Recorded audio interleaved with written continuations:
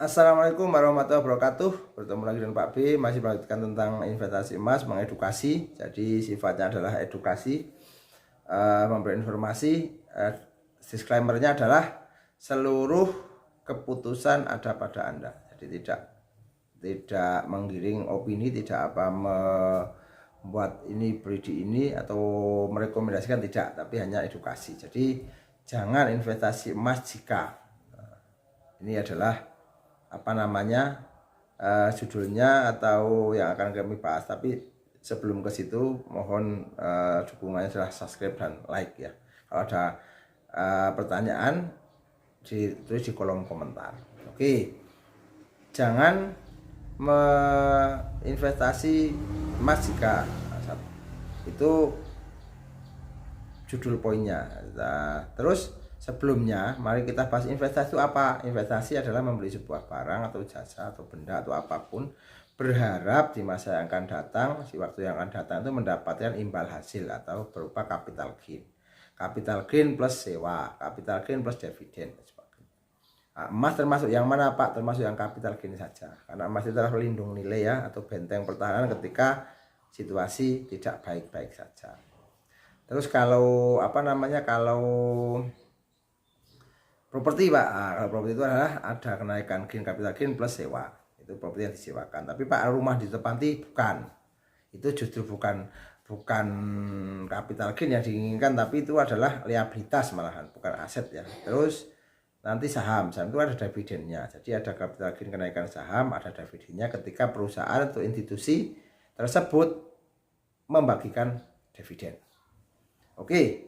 Kita masuk ke pembahasannya. Jangan investasi jika satu, tidak punya tujuan yang jelas atau ikut-ikutan atau FOMO ya. Perlu diketahui bahwa beli emas tidak sama dengan beli saham atau beli barang yang lain. Karena apa?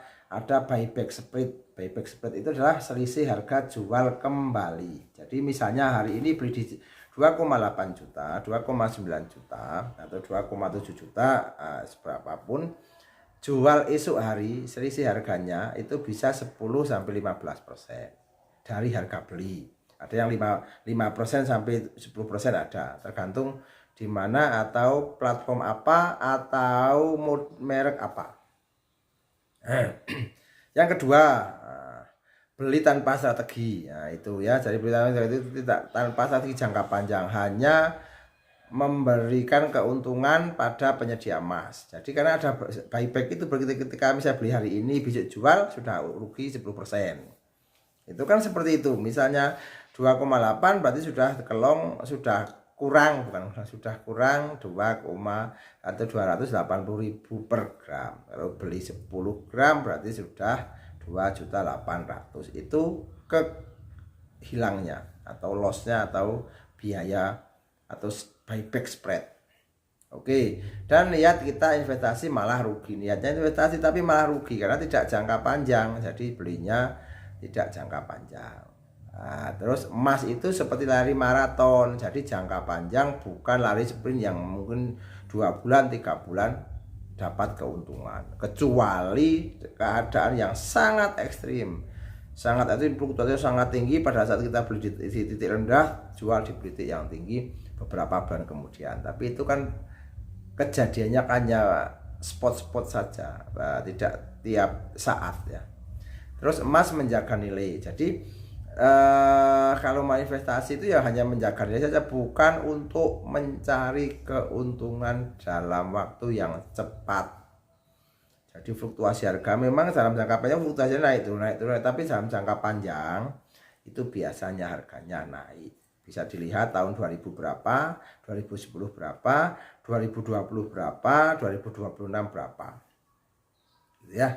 2018 Pak B masih ingat, 2019 masih ingat Pak B, awal-awal itu masih 600 atau 700. Nah, sekarang udah berapa? Itu jangka panjang. Ketika kebutuhan mendesak datang terus terpaksa jual emas, nah ini berarti belum punya dana darurat ya. Jadi ini maka Anda akan rugi. Kenapa? Tujuannya belum tercapai, bukan jangka panjang, malah jadi dijual di saat-saat yang tidak tepat. Nah, terus emas itu butuh kesabaran ekstra. Kalau tidak punya kesabaran itu jangan investasi emas. Agar kenaikan harganya menutupi buyback spread gitu. Oke, antara harga jual dan harga beli. Misalnya harga jual harga kita belinya hari ini 2,8, besok pas harga buybacknya 3 juta, berarti kita untungnya 200.000 per gram, atau nanti 3,5, atau nanti 4 juta katakanlah, itu nanti itu selisih harganya itu menjadi keuntungan kita. Nah, jadi seperti itu psikologinya kan, harus jangka panjang, harus uang dingin, punya tujuan yang jelas, terus mau buat apa, lindung nilai, terus tidak mengharapkan keuntungan yang instan, keuntungan cepat. Terus kalau itu tidak bisa kita cap, tidak bisa kita ketahui, tidak bisa kita pahami, sadari, berarti jangan investasi di emas. Nah, jadi seperti itu. Jadi jangan sampai nanti ada orang yang mengatakan emas itu pasti menguntungkan. Iya, pasti menguntungkan itu dengan syarat. Jadi pasti menguntungkan dengan syarat. Apapun pasti menguntungkan dengan syarat. Karena emas itu mungkin zero resiko ya. Jadi zero resiko, kita beli, simpan, lupakan, sudah, nanti akan bekerja sendiri. Emas itu akan bekerja dengan caranya sendiri, punya keajaiban sendiri. Jadi tidak kelihatan, disimpan hanya kita dan mungkin hanya Allah Subhanahu wa Ta'ala atau Tuhan Yang Maha Esa yang tahu saja. Sudah selesai, nanti begitu sudah butuh, harganya naik, baru kita jual. Karena apa? Emas itu sebagai alat pelindung nilai, bukan instrumen spekulasi. Gunakan logika, bukan emosi sesaat.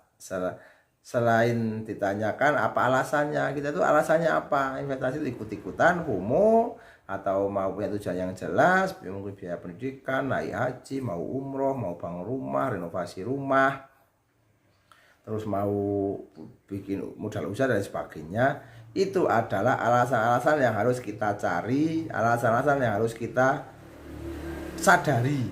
Sebelum ke situ berarti kalau alasannya nggak kuat, hanya ikut-ikutan FOMO dan sebagainya, ya emas itu kan untuk mencari cuan dan mengamankan kekayaan dalam jangka panjang, jangka tertentu. Jadi seperti itu. Semoga ini menginspirasi, semoga membuka pikiran kita. Ingat, emas itu untuk jangka panjang. Dan juga jangka panjang, tujuannya jelas. Terus nanti seperti lari maraton ya, jelas tujuannya. Terus mau seperti apa strateginya. Terus nanti mau pas kita keluar itu seperti apa caranya.